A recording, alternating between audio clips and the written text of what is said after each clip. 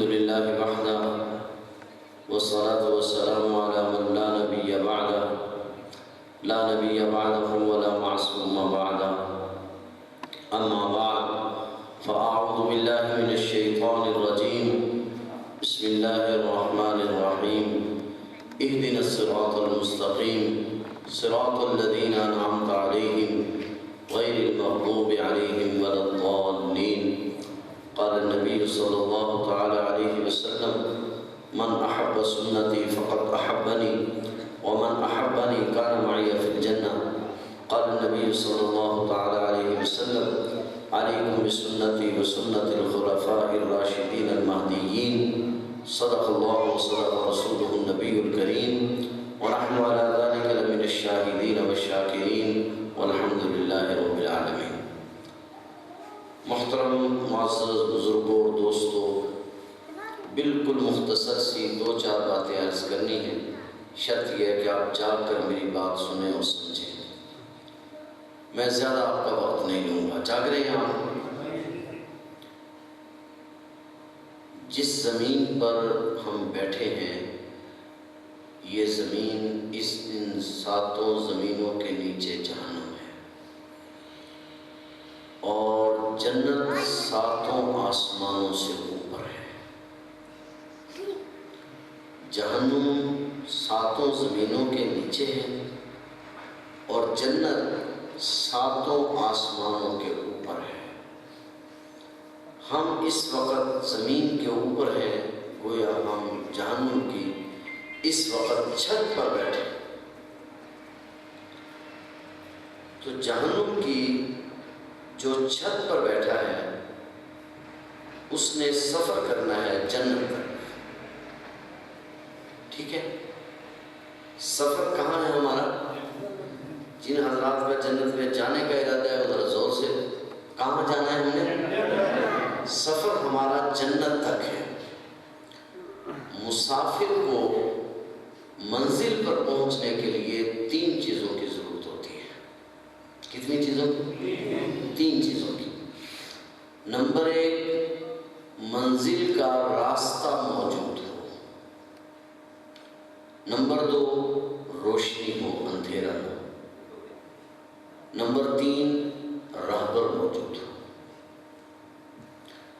اگر راستہ نہ ہو پھر بھی آدمی منزل پر نہیں پہنچ سکتا. راستہ تو ہو، اندھیرا ہو، پھر بھی منزل پر نہیں پہنچ سکتا. راستہ بھی ہو، روشنی بھی ہو اور راہبر نہ ہو پھر بھی نہیں پہنچ سکتا. ہمارے پاس راستہ بھی موجود تھا اور روشنی بھی تھی مگر راہبر غائب تھا، لہذا ہمیں تھرپال سے یہاں آنے میں 1 گھنٹہ لگا کیونکہ راہبر موجود نہیں تھا. راہبر کسی اور راستے پر تھا اور ہم کسی اور راستے پر تھے. تو اتنا معروف راستہ، سڑک موجود ہے، روشنی بھی ہے مگر راہبر نہیں ہے تو آدمی منزل پر نہیں پہنچ سکتا. تو یہ ساری چیزیں انسان کو سمجھانے کے لیے تو تین چیزوں کی ہمیں ضرورت ہے کہاں جانے کے لیے؟ منزل پر جانے کے لیے. اور منزل کیا ہے ہماری؟ جنت. پہلی چیز کیا بتلائی؟ راستہ. یاد بھی رکھو نا کچھ. پہلی چیز کیا بتلائی ہے؟ دوسری چیز، تیسری چیز راہ. تو راستہ اللہ تعالیٰ نے ہمارے لیے جو بھیجا ہے وہ اللہ کا قرآن ہے. چنانچہ حکم دیا وَاعْتَصِمُوا بِحَبْلِ اللَّهِ، اللہ کی رسی کو مضبوطی سے پکڑو. رسی کیا ہے؟ عبداللہ بن مسعود رضی اللہ تعالیٰ عنہ فرماتے ہیں وہ رسی اللہ کا قرآن ہے، کہ اللہ تعالیٰ کے قرآن کو مضبوطی سے پکڑو. قرآن کریم جو ہے یہ اللہ کی کتاب ہے. پہلے بھی اللہ نے آسمان سے کتابیں نازل فرمائی مگر وہ سب کتاب اللہ ہیں، یہ کلام اللہ ہے. ان کتابوں کو اللہ نے نازل کیا، پڑھا نہیں. یہ قرآن کریم جو ہے اس کو اللہ نے نازل بھی کیا ہے اور خود پڑھا بھی ہے. پھر دوسری جو کتابیں آسمان سے اتری ہیں، نازل ہوئی ہیں، وہ صرف نبی پڑھا کرتا تھا. امتی ان کو سمجھتا اور سنتا تھا، نبی ہی عمل کر کے دکھاتا تھا۔ جب ایک نبی چلا جاتا دوسرا نبی آ جاتا، وہ پڑھتا، امت اس کتاب کو نہیں پڑھ سکتی تھی، نہ امت اس کتاب کو یاد کر سکتی تھی۔ چنانچہ قرآن کریم کے علاوہ کوئی آسمانی کتاب، تورات، زبور، انجیل ایسی نہیں ہے جس کو امت نے پڑھا، امت نے یاد کیا ہو۔ آج بھی آپ روز یہ بات سنتے ہیں کہ آج فلاں کا بچہ حافظ ہو گیا، آج فلاں مدرسے میں بچے قرآن کریم حفظ مکمل کر رہے ہیں، ان کی دستار بندی ہوئی۔ دنیا میں عیسائیوں کی آبادی ہم سے زیادہ ہے۔ آپ نے کبھی سنا ہے آج اتنے بچوں نے بائبل پڑھ لی اور ان کی دستار بندی ہوگی؟ پوری دنیا میں آپ جائیں، پوری دنیا کا سروے کریں، پوری دنیا میں چکر لگائیں، آپ کو بائبل کا حافظ نہیں ملے گا، تورات کا حافظ نہیں ملے گا، انجیل کا حافظ نہیں ملے گا۔ تو قرآن کریم کے علاوہ جو کتابیں تھیں وہ انبیاء علیہ السلام پر نازل ہوئی، انبیاء علیہ السلام نے پڑھ کر سنائی، مگر کسی کو یاد نہیں ہوئی۔ تورات جس کی تبلیغ سینکڑوں نبیوں نے کی، مگر 4 آدمیوں کو صرف زبانی یاد تھی، موسیٰ علیہ السلام، ہارون علیہ السلام، حزقیل علیہ السلام اور یوشع بن نون، صرف 4 آدمیوں کو آتی تھی، اس کے سوا کسی کو تورات زبانی یاد نہیں تھی۔ مگر قرآن کریم کے حافظ دنیا میں لاکھوں کروڑوں۔ اللہ تعالیٰ نے ہمارے نبی کو جو کلام دیا ہے وہ صرف نبی کی زبان پر جاری نہیں ہوا، امت کی زبان پر بھی جاری ہے، یہ اللہ کا ہم پر احسان ہے۔ تو قرآن کریم کے مسلمانوں پر 5 حق ہیں۔ کتنے حق ہیں؟ 5 حق ہیں۔ سب سے پہلے اس پر ایمان لانا کہ یہ اللہ کا کلام ہے۔ نمبر 2، اس کو صحیح پڑھنا۔ کیا کرنا؟ میں صرف پڑھنا نہیں کہہ رہا، اس کو صحیح پڑھنا۔ اصل تو ہے صحیح پڑھنا، قرآن کریم کو صحیح پڑھنا۔ نمبر 3، اس کو سمجھنا۔ سمجھ بھی آدمی خود نہیں سکتا، بلکہ کسی جاننے والے کے پاس بیٹھ کر اس کو، جس طرح پڑھ آدمی خود نہیں سکتا بلکہ کسی پڑھے ہوئے سے اس کو پڑھنا پڑتا ہے، اسی طرح سمجھ بھی انسان خود نہیں سکتا بلکہ کسی سمجھنے والے سے اس کو سمجھنا پڑتا ہے۔ ٹھیک ہے، میری بات کو سمجھ میں آ رہی؟ قرآن کریم خود آدمی نہیں پڑھ سکتا، پڑھے ہوئے سے آدمی پڑھتا ہے، اس طرح اس کا سمجھنا بھی کسی سمجھے ہوئے سے سمجھنا پڑتا ہے۔ تو تیسری چیز ہے اس کا سمجھنا، اور چوتھی چیز ہے اس پر عمل کرنا۔ سمجھ رہے؟ اور یاد رکھنا، جس طرح قرآن کریم پڑھنا کسی پڑھے ہوئے سے پڑھتا ہے، اس طرح سمجھنا کسی سمجھے ہوئے سے سمجھا جاتا ہے، اسی طرح قرآن کریم پر عمل کرنا بھی کسی عامل کے پاس بیٹھ کر سمجھا جاتا ہے، عمل سیکھا جاتا ہے۔ کسی اللہ والے کی مجلس میں بیٹھ کر اس پر عمل سیکھا جاتا ہے۔ جس طرح پڑھا بغیر استاد کے نہیں جاتا، سمجھا بغیر استاد کے نہیں جاتا، اس طرح عمل بھی بغیر استاد کے سیکھا۔ سمجھنے بات یہ نہیں؟ قرآن کریم جس استاد سے پڑھا جاتا ہے اس کو قاری کہتے ہیں، قرآن کریم جن سے سمجھا جاتا ہے ان کو علماء کہتے ہیں، قرآن کریم جن کی مجلس میں بیٹھ کر اس پر عمل سیکھا جاتا ہے ان کو صوفیہ کہتے ہیں۔ سمجھ رہے میری بات یہ نہیں سمجھ؟ وہ کوئی میرے گل پلے پہلے تھوڑے۔ تو قرآن کریم کے 5 حق ہیں۔ پہلا حق اس پر ایمان لانا، دوسرا حق اس کو صحیح پڑھنا، تیسرا حق اس کو سمجھنا، چوتھا حق اس پر عمل کرنا، اور 5واں حق ہے اس کو آگے لوگوں تک پہنچانا۔ سمجھ رہے بات؟ تو قرآن کریم کے کتنے حق ہیں ہم پر؟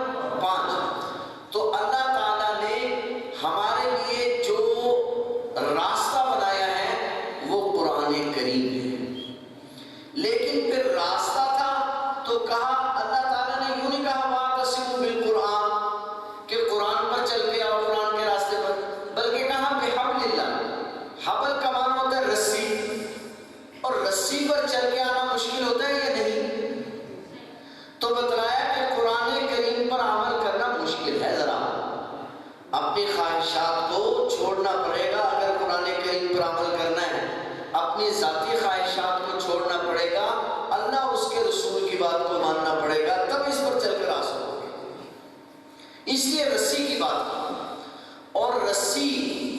اوپر سے پھینکی جاتی ہے تاکہ کنویں میں گرنے والا، گڑھے میں گرنے والا اس کو پکڑ کر اوپر آ جائے.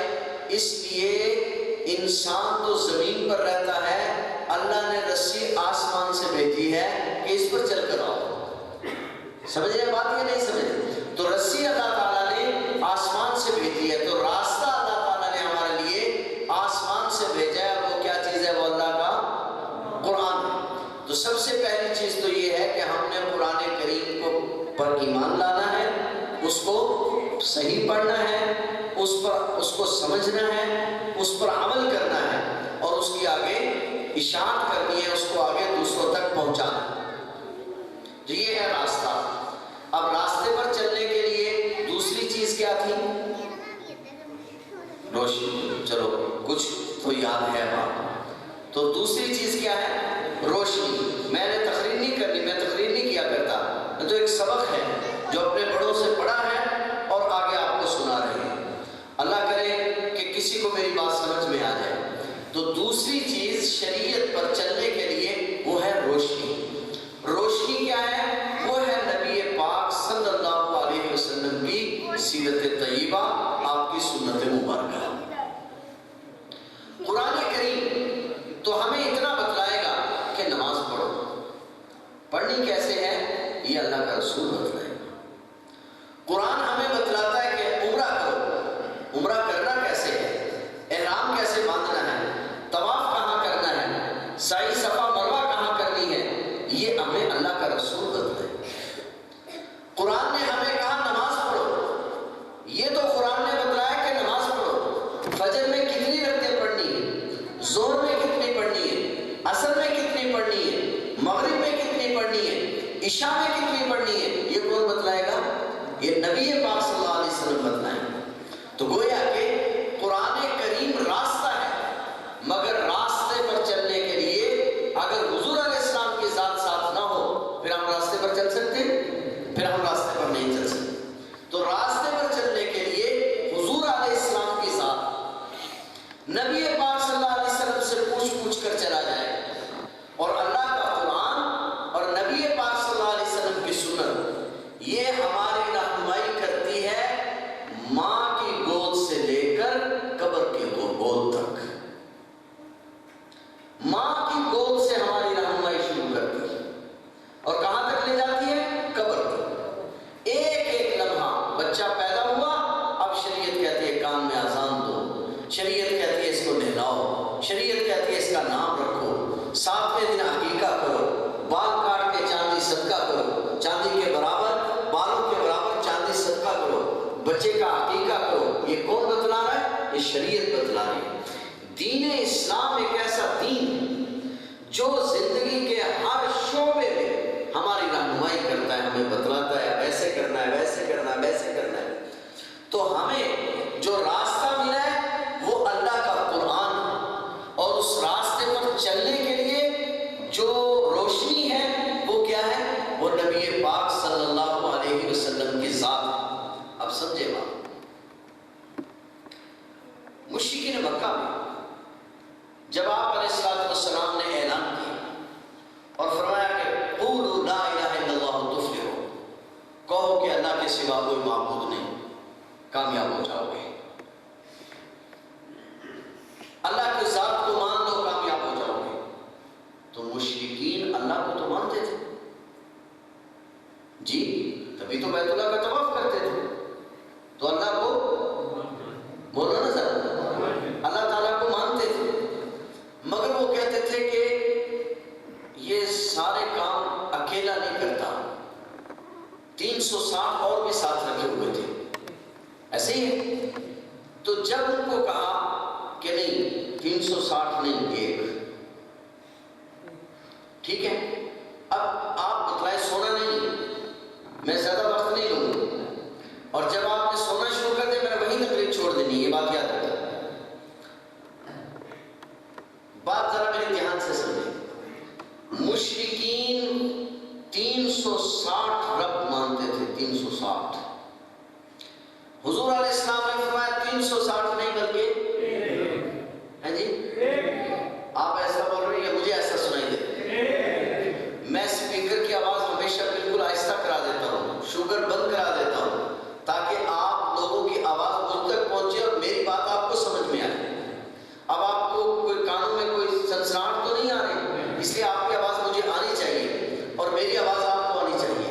سمجھ رہے بات؟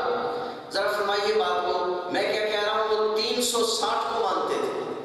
اب کیا حکم ہوا؟ اچھا آپ بتلائیے 360 کے اندر ایک بھی تھا نا؟ نہیں، ایک رب کو تو مانتے تھے، اللہ کو تو مانتے تھے. وہ کہتے تھے اکیلا نہیں کر سکتا سارے کام، تو ایک کو تو مانتے تھے نا. اب حکم دیا ان کو چھوڑو، ٹھیک ہے، صرف ایک ہی کو مانو. حالانکہ وہ اس ایک کو پہلے بھی مانتے تھے. بہت دھیان سے میری بات سمجھے.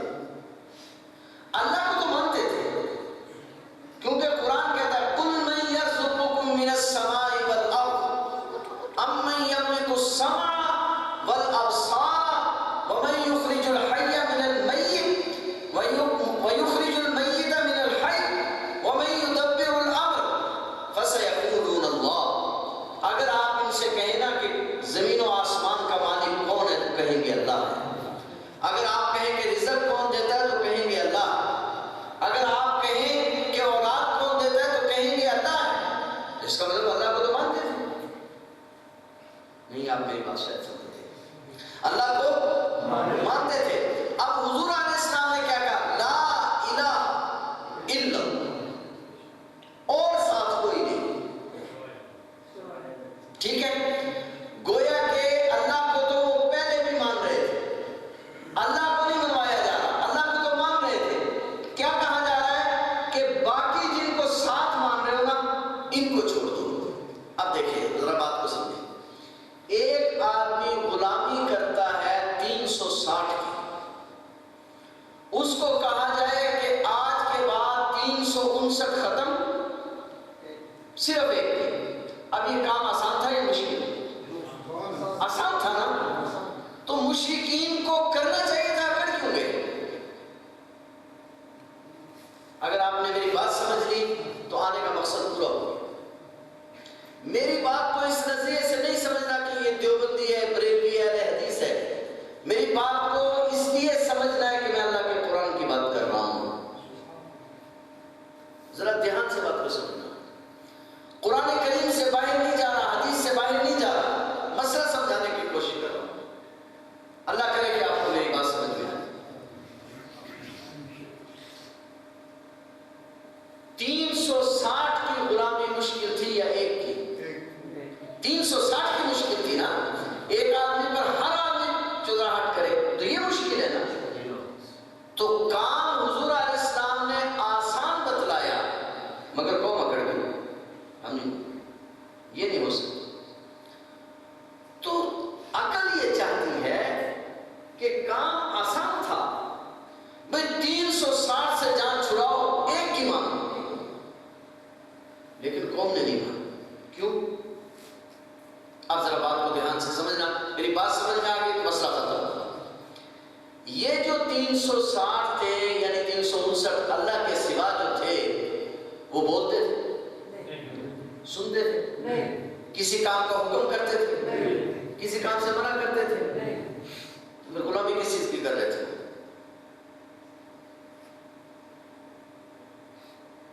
ایک بندہ نہ کوئی کام کہے، نہ کسی کام سے روکے، تو اب کس چیز کی غلامی ہے؟ مسئلہ کیا تھا کہ مشرکین ان کا صرف نام لے رہے تھے، ورنہ وہ نہ کسی کام کا کہہ رہے تھے، نہ کسی کام سے اپنے من کی بات مان رہے تھے. جو دل کہہ رہا تھا، جو نفس کہہ رہا تھا، اس کی بات مان رہے تھے. اسی کو لات کا نام منات کے ذمہ لگا رہے تھے، لات کے ذمہ لگا رہے تھے. نہ لات، وہ تو بت ہے، وہ تو پتھر ہے، وہ تو کسی چیز کا حکم نہیں کر رہا، کسی چیز سے منع نہیں کر رہا. لہذا بات مان رہے تھے کس کی؟ بولو ذرا. بات مان رہے تھے اپنے نفس کی. آپ میری بات سے اتفاق کر رہے ہیں؟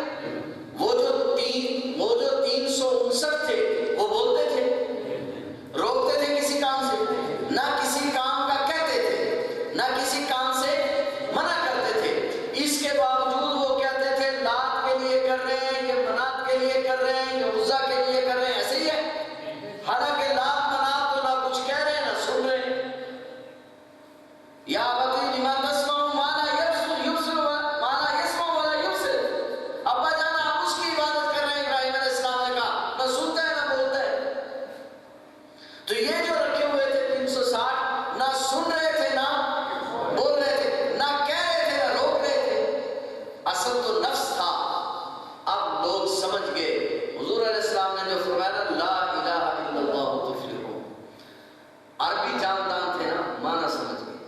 آج کے بعد نفس کی نہیں ماننی، اللہ کی ماننی ہے۔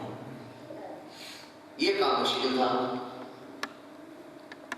نفس کی بات کو چھوڑنا یہ کام مشکل تھا، لہذا ابو جہل کو یہ مشکل لگا، ابو لہب کو یہ مشکل لگا، اور اس نے اس ساری دنیا، اس نے اللہ کے رسول کی مخالفت مول لے لی مگر اپنے نفس کی مخالفت مول نہیں لی، ذلیل و خوار ہو گیا۔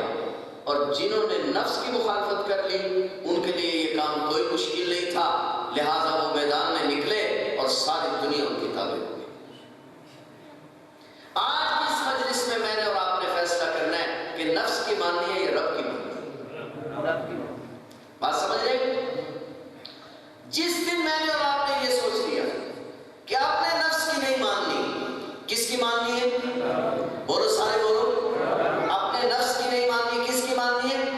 رب کی ماننی ہے، مگر رب کو ہم نے دیکھا نہیں، رب کی بات کو ہم سن نہیں سکتے، ہم بات سنتے ہیں نبی کی، نبی انسانوں کی طرف آتا ہے، نبی انسانوں کو بات بتلاتا ہے، بس ماننی رب کی ہے لیکن طریقہ رسول اللہ کا۔ کچھ سمجھ رہے ہیں میری؟ ماننی ہم نے رب کی ہے مگر رب کی مانیں گے کیسے؟ اس کے لیے طریقہ کس کا ہوگا؟ جناب رسول اللہ صلی اللہ علیہ وسلم کا۔ لہٰذا رب کی ماننے کے لیے جب تک طریقہ نہیں ملے گا، جب تک روشنی نہیں آئے گی، سڑک پر نہیں چل سکیں گے۔ سڑک تو موجود ہے، وہ اللہ تعالیٰ کا قرآن ہے، راستہ موجود ہے، مگر اس کے لیے جناب محمد کریم صلی اللہ علیہ وسلم کی ذات ہے، ان کو آئیڈیل بنائیں گے، ان کو فالو کریں گے، ان کو سب کچھ سمجھیں گے اپنی زندگی کے لیے کہ حضور علیہ السلام کی ذات ہی اصل نمونہ ہے، تب ہم راستے پر پہنچ سکیں گے، ورنہ منزل پر سمجھ رہے بات نہیں سمجھ؟ تو وہ ذات ہے حضور علیہ السلام کی۔ تو اللہ کا قرآن راستہ ہے اور سنت مبارکہ کیا ہے؟ روشنی۔ نہیں سمجھ رہے؟ سنت کیا ہے؟ روشنی ہے۔ لہٰذا اب ہم نے جو عمل بھی کرنا ہے اس میں دیکھنا یہ شادی کرنی ہے، فوتگی کا موقع ہے، خوشی ہے یا غمی ہے، بچے کی پیدائش ہے یا بچے کا مرنا ہے، ہم نے دیکھنا ہے کہ اس وقت میں جناب نبی پاک صلی اللہ علیہ وسلم نے کیا کیا ہے۔ نماز پڑھنی ہے، ہم نے دیکھنا ہے جناب رسول اللہ صلی اللہ علیہ وسلم نے کیا کیا ہے۔ روزہ رکھنا ہے، ہم نے دیکھنا ہے جناب رسول اللہ صلی اللہ علیہ وسلم نے کیا کیا ہے۔ حج اور عمرہ کرنا ہے، ہم نے دیکھنا ہے احرام حضور نے کہاں سے باندھا ہے، چکر لگانے حضور نے کہاں سے شروع کیے۔ لہٰذا حضور علیہ السلام کی ذات منزل تک پہنچنے کے لیے روشنی ہے، اور اگر روشنی موجود نہ ہو تو کبھی آدمی منزل پر نہیں پہنچ سکتا۔ اور تیسری چیز کیا تھی؟ روشنی بھی ہو، راستہ بھی ہو اور راہبر نہ ہو۔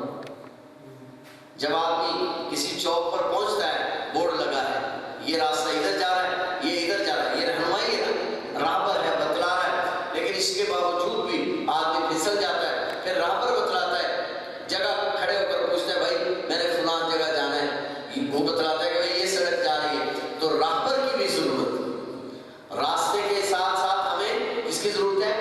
راہبر کی ضرورت ہے۔ تو وہ راہبر ہے صحابہ کرام اور آل بیت کرام۔ ہمارے راہبر اور رہنما کون ہیں؟ صحابہ کرام، اور میں نے اور آپ نے اللہ کے رسول صلی اللہ علیہ وسلم کو نہیں دیکھا، ہم نے حضور علیہ السلام کی آواز کو نہیں سنا، ہم نے حضور علیہ السلام کی مجلس کو نہیں پایا۔ حضور علیہ السلام کی بات کو کس نے سنا؟ حضور علیہ السلام کو دیکھا کس نے؟ حضور علیہ السلام کی مجلس کس نے پائی؟ یا صحابہ نے یا اہل بیت۔ ٹھیک ہے؟ حضور علیہ السلام کی زندگی کے دو ہی حصے ہیں، یا گھر کے باہر کی زندگی یا گھر کے اندر کی زندگی۔ باہر کی زندگی کو دیکھا ہے صحابہ نے اور اندر کی زندگی کو دیکھا ہے اہل بیت نے۔ لہٰذا ہم جب گھریلو مسائل سیکھنا چاہیں گے تو ہمیں اہل بیت کے در پہ آنا ہوگا، اور جب ہم باہر کی زندگی سیکھنا چاہیں گے تو ہمیں، بولو بھائی سارے، ہمیں کس کے در پہ آنا ہوگا؟ صحابہ کرام کے در پہ۔ تو صحابہ کرام کیا ہیں؟ راہبر اور رہنما۔ صحابہ کرام کیا ہیں؟ اور صحابی کہتے ہیں کس کو ہے؟ جس نے ایمان کی حالت میں اللہ کے نبی کی مجلس کو پایا۔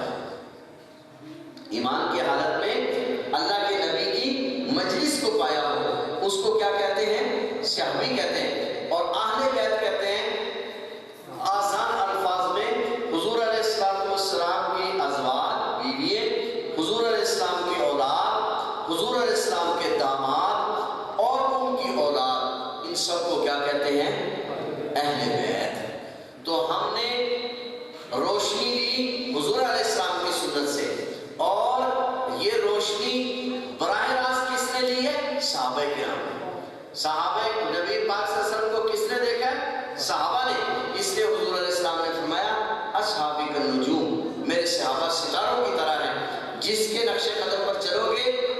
سے آگے کے راستے پر چلو گے راستہ پا جاؤ گے، جنت تک پہنچ جاؤ گے۔ سمجھ رہے بات؟ جنت ہے کیا؟ جہاں ہم جانا چاہ رہے ہیں وہ کیا چیز ہے جنت؟ یاد رکھنا وہ اللہ کی رضا کی جگہ ہے۔ کیا ہے؟ اللہ کی رضا کی جگہ ہے۔ اور حدیث میں ایک بات آتی ہے بڑی عجیب کہ جو آدمی تین مرتبہ یہ کہتا ہے کہ یا اللہ مجھے جنت عطا فرما، تو جنت کہتی ہے کہ یا اللہ اس بندے کی بات سن لے۔ جب آدمی 3 بار یہ کہتا ہے، حدیث کے الفاظ ہے، جب آدمی تیسری بار کہتا ہے یا اللہ مجھے جنت عطا فرما، مجھے جنت عطا فرما، مجھے جنت عطا فرما، تو جنت کہتی ہے یا اللہ اس کی فریاد کو سن لے۔ اور حدیث میں آتا ہے جو آدمی 3 مرتبہ کہتا ہے یا اللہ مجھے جہنم سے بچا، یا اللہ مجھے جہنم سے بچا، یا اللہ مجھے جہنم سے بچا، تو جہنم کہتی ہے کہ یا اللہ اس کی فریاد کو سن لے اور اس کو مجھ سے محفوظ ہو۔ تو جنت کو طلب کرنا چاہیے۔ تو جنت کیا ہے؟ جنت وَلَكُمْ فِيهَا مَا تَشْتَهِي۔ دیکھیں دنیا میں ہر انسان کی بہت سی خواہشیں ہیں کہ نہیں؟ کئی جگہ میں نے مثال دی ہے، شاید یہاں بھی پہلے کبھی سنائی ہو کہ ہر انسان کی خواہشیں ہیں۔ کسی کی خواہش ہے میرا مکان بن جائے، کسی کی خواہش ہے مجھے اولاد دے دے اللہ تعالیٰ، کسی کی خواہش ہے اولاد کے شادی ہو جائے، شادی ہے نا، سب لوگوں کی خواہش۔ ہر انسان کی ہزاروں خواہشیں ہوتی ہیں، کوئی دنیا میں پوری ہو جاتی ہے اور کچھ لے کر دنیا سے ایسے ہی ہے۔ کوئی آدمی ایسا ہے یہاں جس کی جتنی خواہشیں ہو سب پوری ہو چکی ہوں؟ کوئی ہے تو ہاتھ کھڑا کرے جی۔ ہزاروں خواہشیں ہیں لیکن پوری نہیں ہو رہی، اور اسی طرح چلے جائیں گے، ہزاروں خواہشیں دل میں ہوں گی۔ اور 3 خواہشیں ایسی ہیں جو دنیا کے ہر شخص میں، ہر آدمی کی خواہش ہے لیکن کسی کی پوری نہیں ہوئی کبھی۔ سو تو نہیں گیا؟ 3 خواہشیں دنیا کے ہر آدمی کی، لیکن آج تک کسی کی پوری نہیں ہوئی، نہ ہوں گی۔ وہ کیا ہے؟ ایک خواہش ہر انسان کی ہے کہ میں صحت مند رہوں، بیمار نہ ہوں، لیکن بیمار ہو جاتا ہے کہ نہیں؟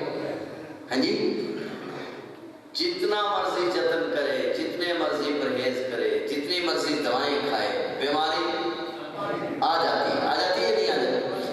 تو دنیا کا ہر شخص چاہتا ہے کہ میں ہمیشہ تندرست رہوں، مگر تندرست رہتا بیماری پھر بھی آ جاتی ہے، ٹھیک ہے۔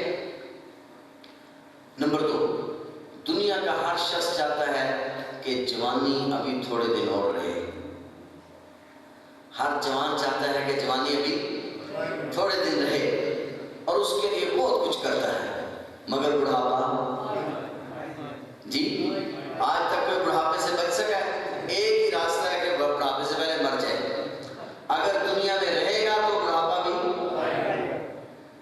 کوئی آدمی ایسا ہے جو کہے کہ میں نے فلاں نسخہ استعمال کیا اور بڑھاپا نہیں آیا؟ جی، بڑھاپا 2-4 دن لیٹ تو ہو سکتا ہے، مگر ایسا نہیں ہو سکتا کہ بڑھاپا نہ آئے۔ بڑھاپا سے بچنے کا ایک ہی راستہ ہے کہ آدمی پہلے مر جائے، ورنہ زندہ رہے گا تو بڑھاپا بھی ایسا ہی ہے۔ دنیا کا ہر آدمی چاہتا ہے میں کچھ جوان رہوں، مگر بڑھاپا آ جاتا ہے۔ نمبر 3، بڑھاپے کے بارے میں لطیفہ بھی سنایا کرتا۔ دلی میں ایک حکیم تھے، صاحب تھے، ان کے پاس ایک بڑی عمر کے آدمی گئے، بڑے میاں ان کے پاس گئے اور کہا کہ بیٹا میری نظر کمزور ہو گئی ہے، مجھے کوئی دوا دے دیجیے۔ بابا حکیم صاحب نے بابا جی کی عمر دیکھی اور کہا کہ بابا جی یہ تو بڑھاپے کی وجہ سے ہے۔ پھر کہا بیٹا آپ میرے گھٹنے بھی جواب دے گئے، ان چل بھی نہیں سکھیتا، کوئی دوائی بنا دیجئے، میں تھوڑا لیٹرین تک چلا جاؤں، مسجد تک آ جاؤں، اتنا تو ہو جاؤں۔ اس نے کہا کہ بابا یہ تو بڑھاپے کی وجہ سے ہے۔ اس نے کہا بیٹا مجھے ساری رات نیند نہیں آتی، کھنسی آتی رہتی ہے، کوئی اس کی دوائی بنا دیجئے تاکہ ذرا زندگی آسانی سے گزر جائے، رات کو نیند آ جائے۔ بڑے میاں کو دیکھ کر حکیم صاحب نے کہا بابا جی یہ تو بڑھاپے کی وجہ سے ہے۔ تو بابا جی بھی تبخیر کے مریض تھے، غصہ آ گیا اور اس سے میں ایک تھپڑ مارا حکیم اور کہا کہ میں ظالم تجھ سے دوائی مانگتا ہوں اور تو ہر بات کا جواب یہ دیتا ہے کہ بڑھاپے کی وجہ سے ہے۔ حکیم بڑا دانا تھا، اس نے کہا بابا جی معاف کرنا، یہ بھی بڑھاپے کی وجہ سے ہے، یہ جو آپ نے تھپڑ مارا یہ بھی بڑھاپے کی وجہ سے ہے، کہ بڑھاپا جو ہے یہ آ جائے تو پھر جاتا ہے، ایک دفعہ بڑھاپا آ جائے پھر جاتا ہے، بندہ چلا جاتا ہے، بڑھاپا نہیں جاتا۔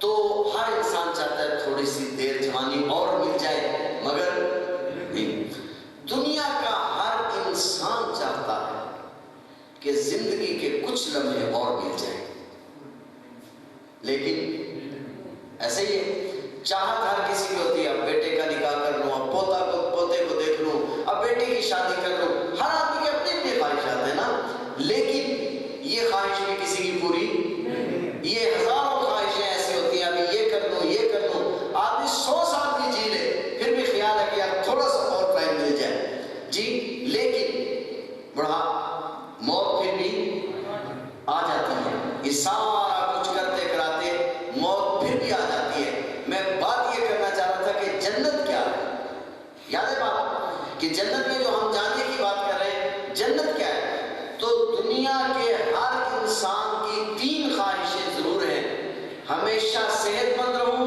ہمیشہ جوان رہوں، ہمیشہ زندہ رہوں، لیکن کسی کی پوری نہیں ہوتی۔ جنت میں جو ہی پاؤں رکھے گا سب سے پہلے یہ 3 اعلان ہوں گے، تم ہمیشہ جوان رہو گے، تم پہ کبھی بڑھاپا نہیں آئے، تم ہمیشہ زندہ رہو گے، تم پہ کبھی موت نہیں آئے گی، تم ہمیشہ صحت مند رہو گے، تم پہ کبھی بیماری نہیں آئے گی۔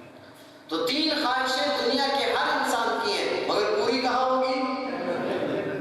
اگر ہم چاہتے ہیں کہ ہماری یہ خواہشیں پوری ہوں تو یہ خواہش جنت میں پوری ہوگی، دنیا اس کے پورا ہونے کی جگہ نہیں۔ جہنم کیا ہے جس سے ہم بچنا چاہتے ہیں، وہ کیا؟ دیکھیں، دنیا میں کوئی آدمی چاہتا ہے میں بیمار ہوں، مجھے تکلیف ملے، کوئی آدمی چاہتا ہے مجھے غم ملے، کسی بڑی عمر کے آدمی سے ملے، وہ کہتا ہے اس پر آپ کو احسان کر دیں، کہتا ہے بچہ سکھی رہے جی، اپنی اولاد کو والدین دعا دیتے ہیں بچہ سدا سکھی، یہی ہے، کوئی دکھ نہ دیکھے، دکھ دیکھنے کو کسی کا دل چاہتا ہے، غم لینے کو کسی کا دل چاہتا ہے، ہر انسان غم سے دکھ سے بچنا چاہتا ہے۔ کہتے ہیں کہ دنیا میں جو بیماری دکھ آتا ہے وہ جہنم سے آتا ہے، اور دکھ تو 1 منٹ کا بھی برداشت نہیں ہوتا، چاہے جائے کہ ساری زندگی کا دکھ لگ جائے۔ اب بعض لوگ کہتے ہیں شوگر ساری زندگی کا روگ، فلاں آدمی کا جوان بیٹا فوت ہو گیا اب ساری زندگی کا روگ لگ گیا، کہتے ہیں کہ نہیں کہتے؟ تو دکھ جو ہے وہ جہنم سے آتا ہے۔ تو دنیا میں دکھ آتا ہے اور چلا جاتا ہے، خوشی آتی ہے اور چلی جاتی ہے، بس جہنم کس چیز کا نام ہے؟ جہاں دکھ آئے گا مگر جائے گا نہیں، بیماری آئے گی مگر جائے گی نہیں۔ دنیا میں تو بیماری آتی بھی ہے اور چلی بھی جاتی ہے، خوشی آتی بھی ہے، کہتے ہیں نا یہاں کی خوشی بھی عارضی، یہاں کا غم بھی عارضی، لیکن جہنم کس چیز کا نام ہے؟ کہ جہاں دکھ آئے گا، بیماری آئے گی، تکالیف آئیں گی، مصائب آئیں گے، مگر جانے کا کوئی تصور نہیں ہوگا۔ یوں سمجھ لیجئے کہ جنت اس جگہ کا نام ہے جہاں دکھ کوئی نہیں ہوگا، اور جہنم اس جگہ کا نام ہے جہاں سکھ کوئی نہیں ہوگا۔ تکلیف ہی تکلیف، تکلیف ہی تکلیف۔ تو لہٰذا بیماری سے انسان گھبراتا ہے، تکلیف سے، غم سے گھبراتا ہے، تو غم سے اگر نکلنا چاہتا ہے، غم کی زندگی سے بچنا چاہتا ہے، تو وہ صرف جنت ہے جہاں پر کوئی غم نہیں ہے، کوئی پریشانی نہیں ہے۔ وَلَكُمْ فِيهَا مَا تَشْتَهِي، وہاں وہ ہے جو چاہے، جو چاہے، بس آخری بات۔ نبی کریم صلی اللہ علیہ وسلم نے فرمایا الدنیا سجن المومن و جنت الکافر، دنیا مومن کے لیے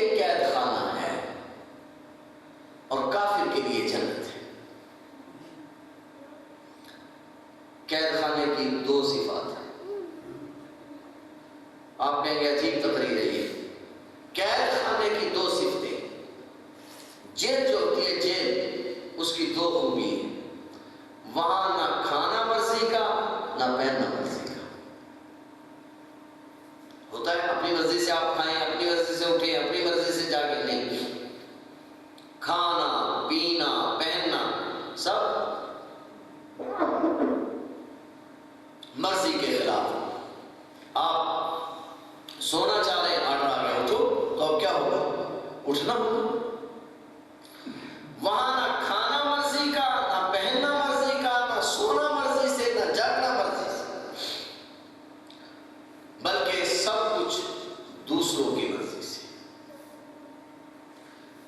جیل خانے کی دوسری خوبی یہ ہے کہ وہاں کسی کا رہنے کو دل نہیں کرتا. ٹھیک ہے. جنت کی پہلی خوبی یہ ہے کہ وہاں ہر چیز اپنی مرضی کی، سمجھے؟ اور دوسری خوبی یہ ہے کہ وہاں سے نکلنے کو دل نہیں کرتا. جیل خانے میں کسی کا رہنے کو دل نہیں کرتا، اور جنت سے کسی کا نکلنے کو دل نہیں کرتا. جیل خانے میں اپنی مرضی کوئی نہیں، جنت میں ہر چیز اپنی مرضی سے.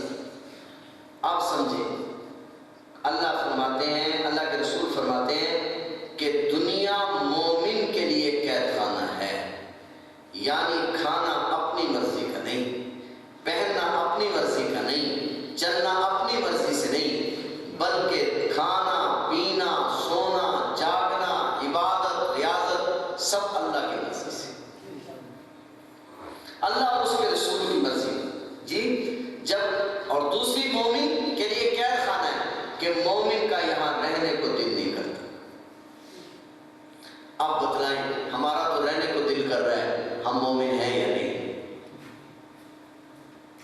قید خانے میں رہنے کو دل، حضور علیہ السلام نے فرمایا مومن کے لیے دنیا کیا ہے؟ قید خانہ ہے. اس لیے جو ایمان والا ہوتا ہے وہ تو کہتا ہے بس کب اللہ سے ملاقات ہوگی. حضرت سیدنا بلال حبشی رضی اللہ تعالیٰ عنہ کا آخری وقت ہے، ٹھٹھے مار مار کے ہنس رہے، ٹھٹھے مار مار کے ہنس رہے. بچیوں نے کہا ابا جان آپ کیا کر رہے ہیں؟ ہماری جان نکل رہی ہے، آپ کے جانے کا وقت ہے، آپ کی زندگی کے آخری سانس معلوم ہو رہے ہیں اور آپ اتنا ہنس رہے ہیں. سیدنا بلال حبشی رضی اللہ تعالیٰ عنہ نے فرمایا آج حضور علیہ السلام سے ملاقات ہوگی، آج ابوبکر صدیق سے ملاقات ہوگی، اس لیے خوش ہو رہا ہوں، ہنس رہا ہوں. سمجھے بات؟ تو مومن کو وہاں جانے کی جلدی ہوتی ہے، اور مومن کے لیے دنیا قید خانہ ہے. لیکن ہم نے دنیا کو جنت بنانے کی محنت شروع کر دی، اور یہ تو جنت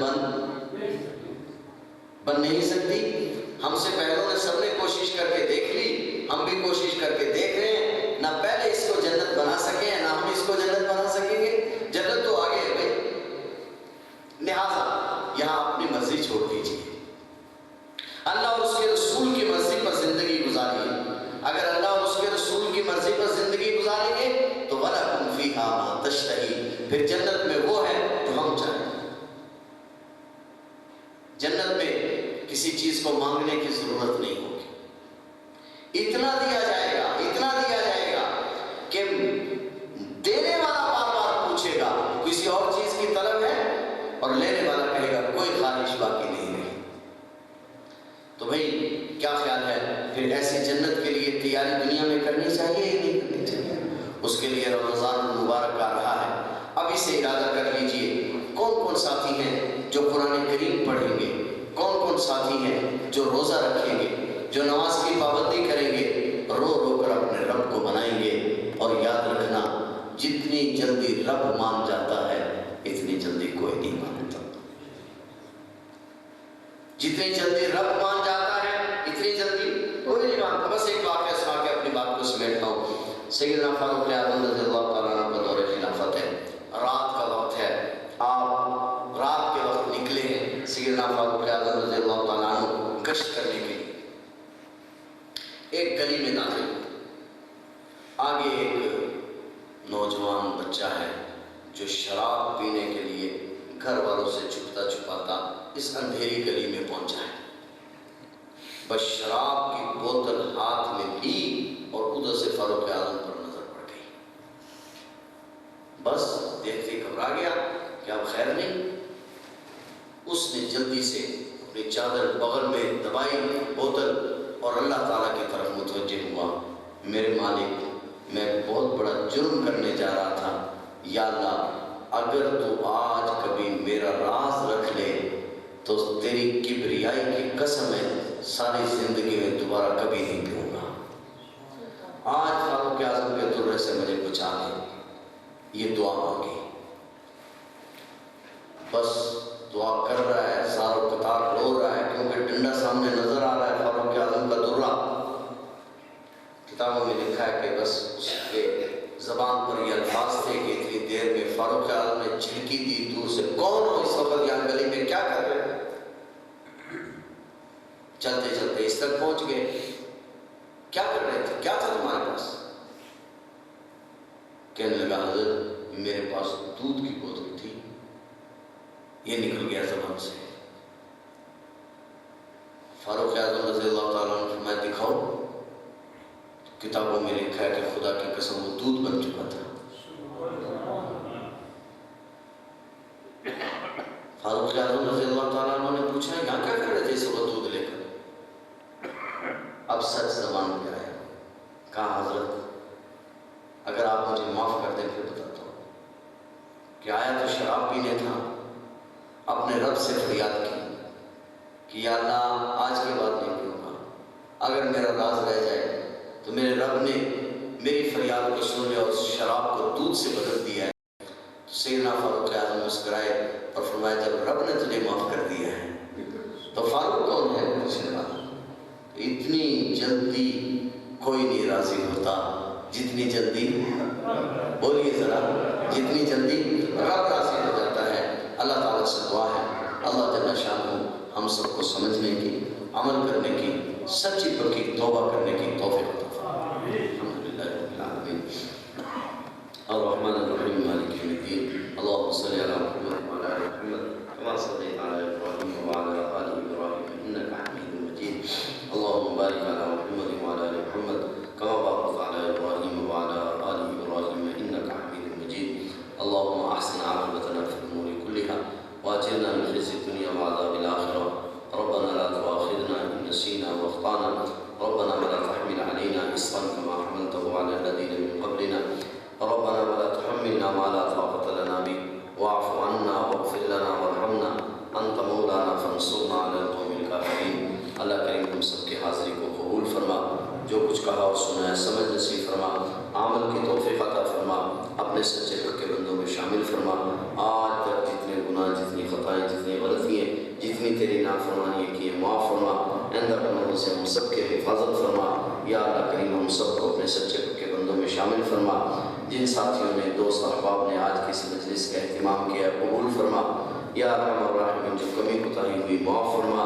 یا ارحم الراحمین ہم سب کو اپنے دین کی عالی محنت کے لیے قبول فرما۔ اس مجمع میں جس کے دل میں جو نیک حاجت ہے اپنے لطف و احسان سے پوری فرما۔ صلی اللہ تعالی علی خیر خلقہ محمد وآلہ وصحبہ